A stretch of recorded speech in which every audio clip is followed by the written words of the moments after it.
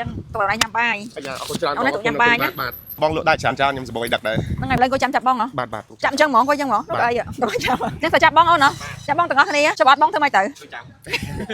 មើលបងសុំមួយថ្ងៃរកបានប៉ុន្មាន តាមនេះដែរបងយើងកំណត់ជានេះមកអត់បានទេបើជាមធ្យមបានពី6ទៅ80000នេះ ញ៉ាំបាយអស់ប៉ុន្មានអូន បើញ៉ាំបាយមកពេល5000 ទៅពេល5000ណាពេល5000មានអីខ្លះ ពេល5000បាយស្រូបយើងធម្មតា ហើយទៅជុកបងទាទៅ ទឹកមកដល់2000ទៀតចឹងទៅហើយ ចាំង12000 សាំងប្រហែល12000 4000 4000 14000 អស់5រៀលមួយថ្ងៃណា បាទបាទបើថ្ងៃខ្លះយើងជីច្រើនក៏សាំងអស់ច្រើនដែរ តែយទូទៅដឹងតែរបានបងថ្ងៃដឹងមានម៉ួយដឹកឯណា បាទបាទបើមកកន្លែងបងអាសាចប់កន្លែងបងច្រើនហ្នឹងទៅក៏ បងចង់ឲ្យដាច់អីអានខ្លួនឯងដាច់ហ្នឹងប៉ុន្តែឥឡូវថ្ងៃហ្នឹងបងមានអីទេបងមានតែមិនបងស្របហើយអញ្ចឹងតើឯងញ៉ាំបាយ អញ្ញាអរគុណច្រើន អូនទៅញ៉ាំបាយណា បាទ ចឹងបានញ៉ាំបាយវិញតាមទៅ14000ដែរ បាទបាទ អូនណាអញ្ចឹងតើឯងញ៉ាំបាយថ្ងៃត្រង់ហ្នឹងណាចាអូនអរគុណអូនអូនទៅញ៉ាំបាយហ្នឹងចាអូនណាអូនអូនចាអរគុណតើអូនលាក់ខ្លួនអស់កាលណាអូននេះទុកជូនឯងញ៉ាំបាយចាមើលបងសុំសួរមើលមួយថ្ងៃដឹកបានប៉ុន្មានបងដែរ ថ្ងៃនេះក៏បានតែ20000 សម្រាប់20000នេះចុះតែដឹកខាងបងឲ្យបានបងដែរ ធ្លាប់បងធ្លាប់ បានបងដែរតាំងពីខាងបងមក ច្រើនដែរបង ចាដែរមកលៀនបងណា